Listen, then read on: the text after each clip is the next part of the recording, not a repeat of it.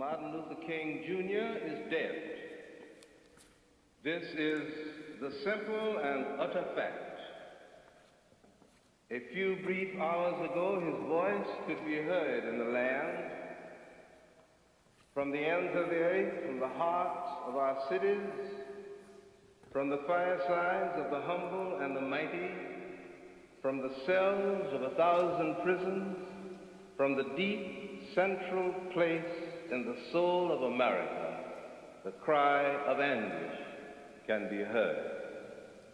There are no words with which to eulogize this man. Martin Luther King was the living epitome of a way of life that rejected physical violence as the lifestyle of a morally responsible people. His assassination reveals the cleft deep in the psyche of the American people, the profound ambivalence and ambiguity of our way of life. Something deep within us rejects nonviolent direct action as a dependable procedure for effecting social change. And yet, against this rejection, something always struggles, pushing, always pushing, with another imperative, another demand. It was King's fact that gave to this rejection flesh and blood, courage and vision, hope and enthusiasm.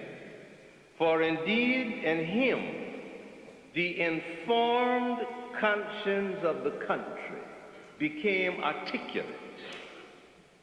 And tonight, what many of us are feeling is that we, all of us, must be that conscience wherever we are living, wherever we are functioning, and wherever we are behaving.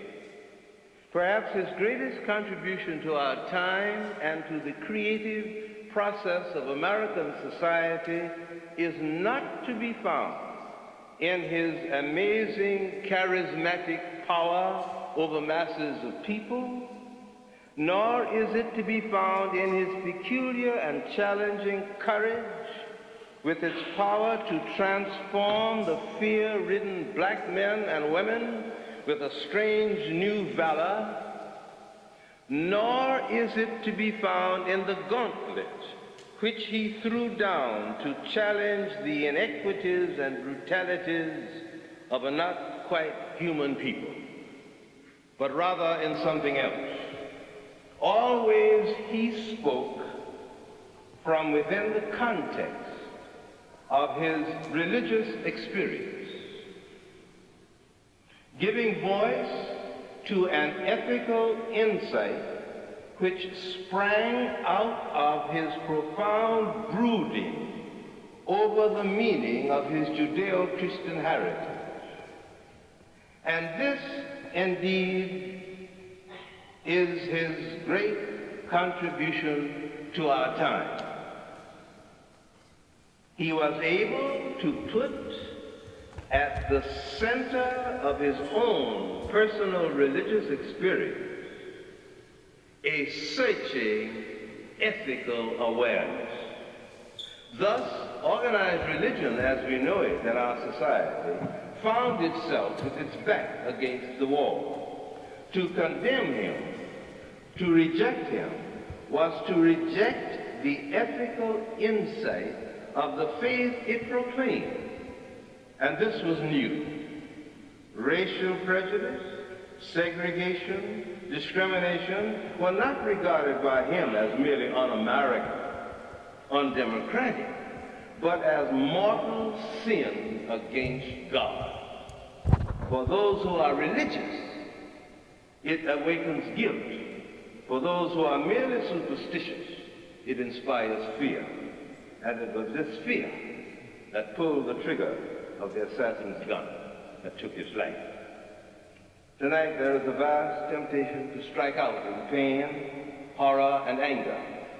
Riding just under the surface are all the pent-up fury, the accumulation of generations of cruelty and brutality. A way must be found to honor our feelings without dishonoring him whose sudden and meaningless end has called them forth.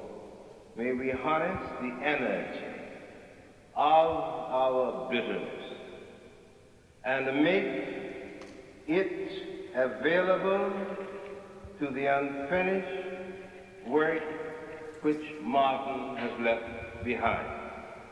It may be, it just may be, that what he was unable to bring to pass in his life can be achieved by the act of his dying. For this, there is eloquent precedence in human history. He was killed in one sense because mankind is not human yet. May he live because all of us in America are closer to becoming human than we ever were before.